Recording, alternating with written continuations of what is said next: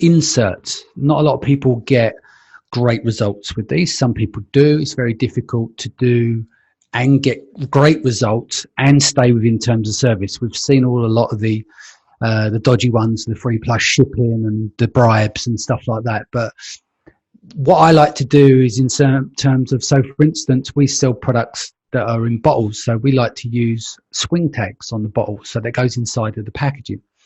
Also on cosmetic products, for instance, you know, when you unscrew the lid of a cosmetic product, you can flip it up the other way and you can have an offer inside there. Just coming up with unique different ways, along with standard inserts where, you know, it might be gatefold, but what you don't want to do is shove a piece of paper in there. You want to be able to put there in there neatly. You want to keep your verbiage within terms of service, but being creative with inserts can go a long way, as well as a defensive mechanism, not just the way of trying to get more reviews or cross-selling products. What method do you think people underutilize? What promotional method do you think people don't utilize enough?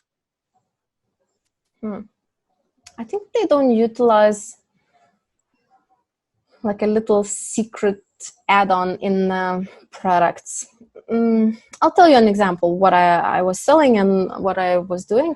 So I have this product, which is a sort of like a purse that could be used as a costume piece, right? It's like a Halloween seasonal item.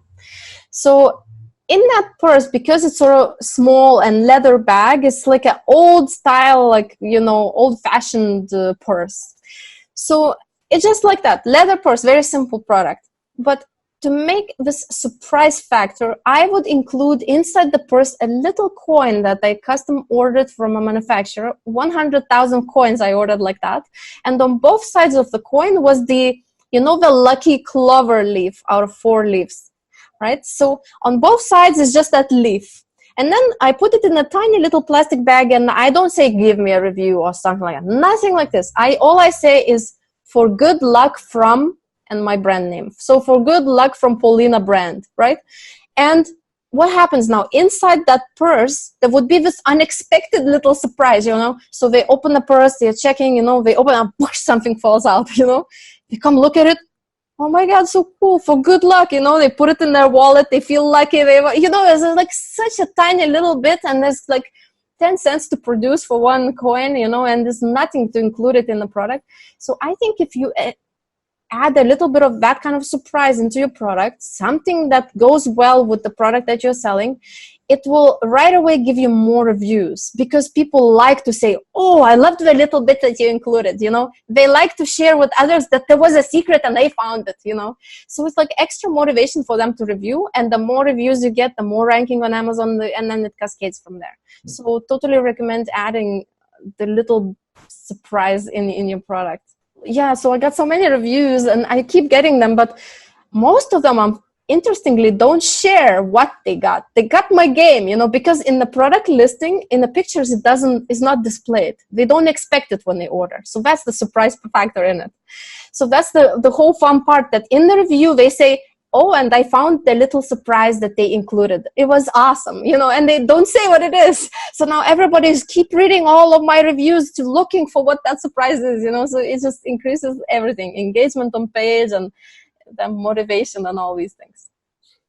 So you have to think about small items that are less than 50 cents to buy. So I guess best way is to just look at your product and go into that category somewhere like 1688.com, you know, the original place of all the Chinese products. It's going to be in Chinese, but just put in your product, and then there will be a lot of related items. From there, you can get ideas a little bit. Also, from the keywords that are coming to your item, there are purposes. You know, each item has a purpose. You know, if I'm selling sunglasses, it could be sunglasses for little girls, you know, or sunglasses with some David, whoever famous, you know. So it depends on what people are mostly searching for. Try to match that audience and add something little bit for them, you know. If they're looking like, I don't know, animal-shaped backpack, like an elephant backpack, so add a little elephant keychain, you know, as a surprise, which wasn't even included there. or something that is related. If you're selling like bohemian backpack, include the little lucky wheel, with the feathers, like the bohemian style, something like this that really, very nicely goes with that, unexpected.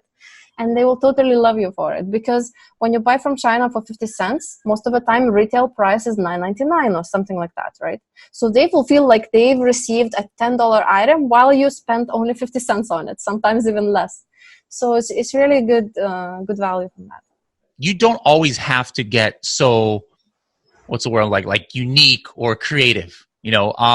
Sometimes it's just a matter of creating the desire to open it even before they get the package. For example, maybe you're making something watermelon related. All right. Well, maybe you have in your listing a watermelon drink recipe included. Okay. So right off the bat, people know that it's coming. So they're looking for that thing to open up and read. If you just have something in there, I don't know about you, me personally, I just want the product and the package and the insert, I just throw it away. I never even look at it. But if for some reason I did see, wow, the watermelon drink recipe, I need that for this watermelon product that I have, or some kind of cooking recipes for this cooking, I'll actually look at it. And then on there is where I can put some other, material, like, hey, here's our Instagram, here's our Facebook, please leave us a review, whatever. It gets more chance to get seen. So even if it's not some crazy thing that you have to open, you don't want to have a package and open, and it's one of those like things that surprise you, and then they shock and they have a heart attack and they die. That's not a good thing. So you don't have to get too crazy with your ideas, but just try and build some anticipation to give them a reason to even look for that. Insert cards within the TOS policies, but maybe I don't call it like give me a 5-star review for a review, but you say join the family. You have a really good story in your packaging, and you say, we would love to welcome you to our family. We're like a small business. Just even if you're willing to put your face or your team in the picture, and say we'll give you access to our new products for your feedback, and you also get special benefits. You just got to be a little bit careful about your wording for Amazon TOS and not make it look like it's written just for Amazon customers, but any kind of customer for multiple channels, even if Shopify or others. You want to really try to build your tribe. There's a lot of people just look at the margins, but I think it's really about building an audience. You include an insert that looks like a big $1,000 bill. Okay, it looks like $1,000 or $100 or something. And you have like a call to action. Each month we give away, $100 or $500 or $25 gift card to one, lucky customer, or some message like that, where you send them to a landing page and you get them to opt in for a contest or something, and you're able to get that data. But having some kind of insert like that definitely draws attention. You could put a QR code on it also. I'll give you another tip. There's something called, I think, QR Monkey, that allows you to have a QR code that takes an immediate action. So, for example, that QR code can you can use a QR code for support, for example, and have do you have any issues or questions about your product? There's a QR code there, and as soon as somebody scans your QR code, it automatically opens up their email with your address in there already. That's a sort of a separate idea, but something you can include on an insert also. But as far as like creative insert strategy, that big kind of dollar, something that looks like $1,000 bill is definitely going to capture somebody's attention when they're opening your product, as opposed to another insert that's not as eye-catching. We have some products that are out there we're waiting to sell through that still have inserts, but we're just going to stop. You could make a game, for example, and in your product, you send the product you send to FBA, for example, you put a leaflet with a secret code to get another discount, and you get sort of for people to talk about it on the social network, and you don't talk too much about it. And then you probably have something on your Facebook page of saying, okay, there's a egg hunt or something, or, the golden thing. And you give a very big gift on one of those.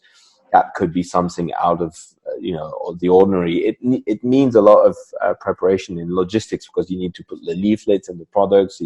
and so on. Though you need to work on that. Product inserts are huge. So when they get their product and it's in a box, it's in a bag, just having some sort of like message that actually helps them with their purchase. So, say you sell like a exercise equipment, maybe you have a link to get a free week-long exercise class on how to use that.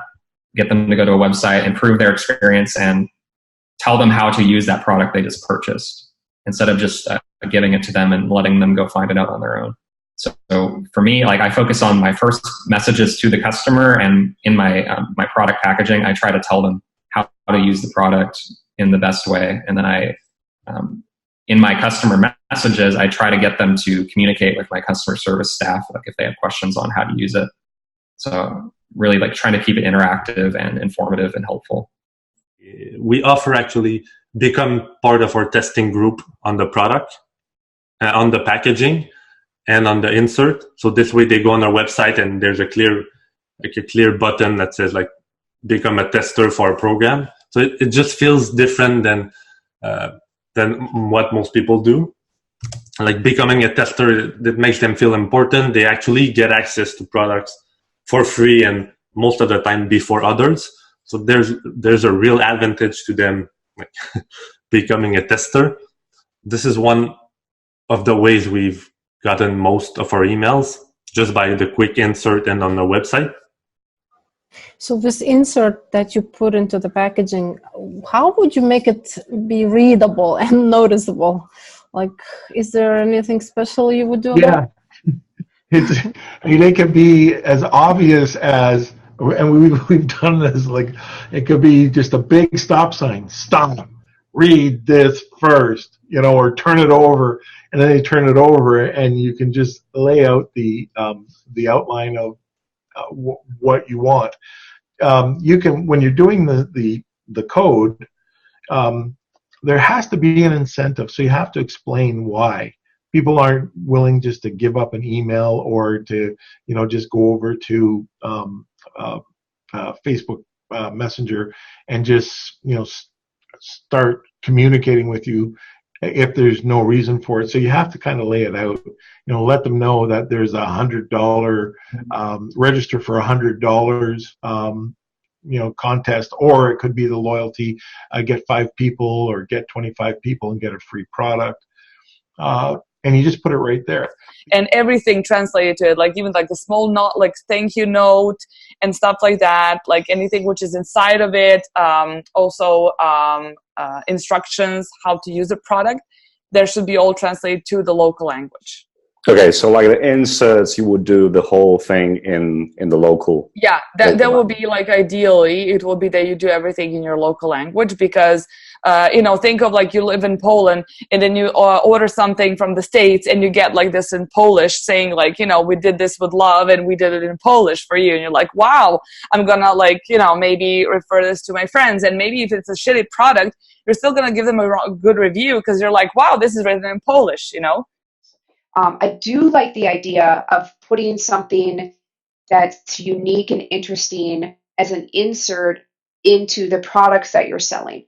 So if a customer is, they bought a product from you and they open it and there's a thank you card in there that talks about your business and has a picture of you and gives them a little bit of background about who they just bought the product from and how you may give back a certain portion of proceeds to a charity that's really important to you, or this is a family-run business.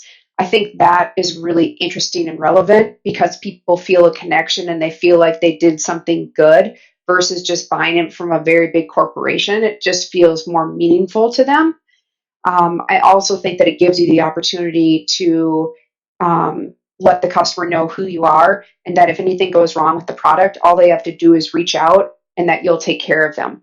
I think that can discourage a lot of negative reviews and give you the opportunity to actually turn this customer who maybe received an item that was damaged because it got dropped by UPS or something and they're frustrated because it was supposed to be a present and now they've reached out to you and you've shipped something to them and got it to them in time for the birthday, and now you've had the opportunity to turn a negative experience into a positive experience, and now that customer is a very loyal customer and willing to write a positive review for you.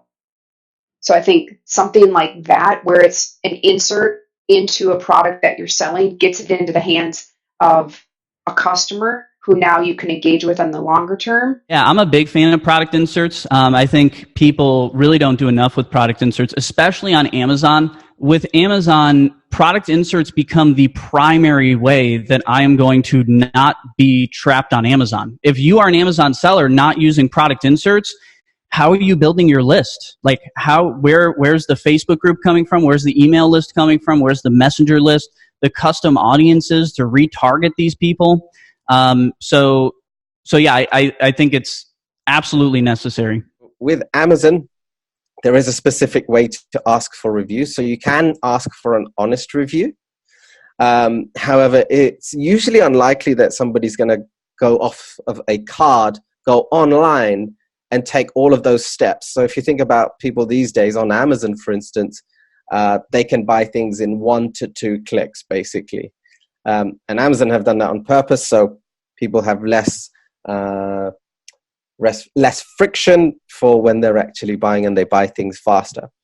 Same as goes for whether you do a product insert. If you're doing an insert and asking for an honest review, it takes the person to go back onto their phone, go back onto the laptop, or whatever they're using, and to go in and find the product that they bought and then actually give a review.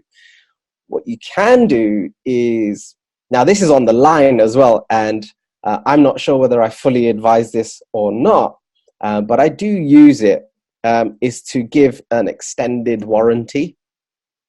Currently, this is okay for the time being. It may change, but if you offer an extended warranty on a specific product for an extra year or 2 years, all you need to do is create an email capture website. You tell them to go to that website to get their extended warranty. That extended warranty is also an incentive for them to go ahead and do that, because that's in their best interest. If something goes wrong, they can get in contact with you and get some sort of replacement, etc. But once they've done that, you can capture their email address, and then you can remarket to them. Again, another marketing technique.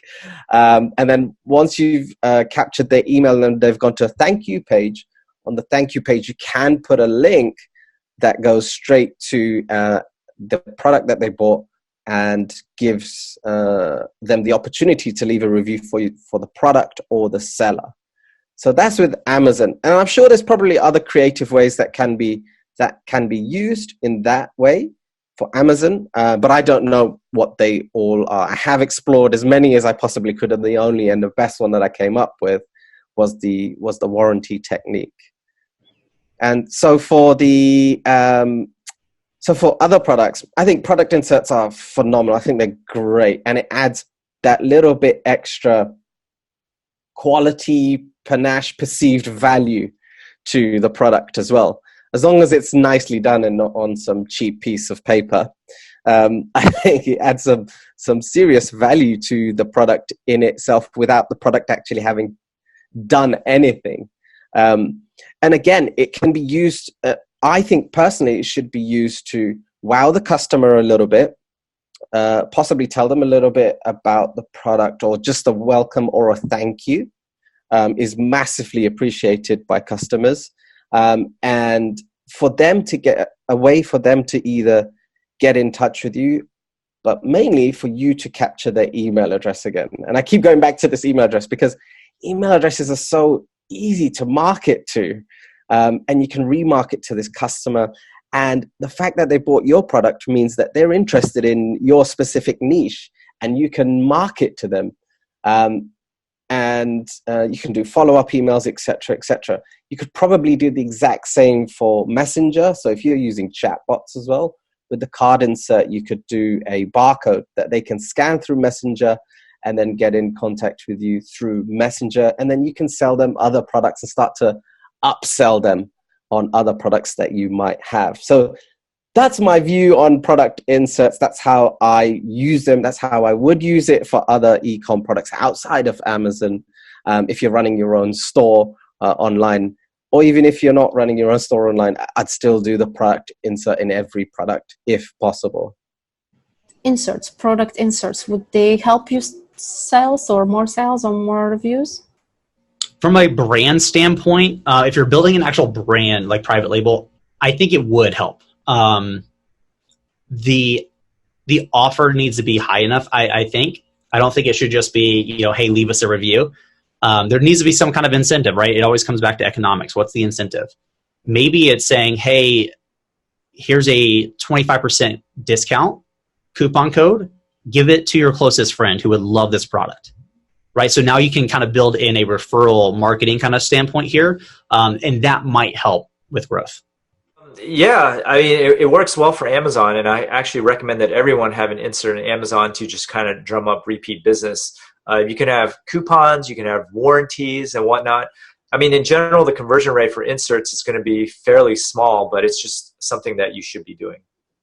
Who's your audience? If your audience is the demographic that responds to scratch offs and absolutely do it. A really good tool that I've used that I really love is called PickFu.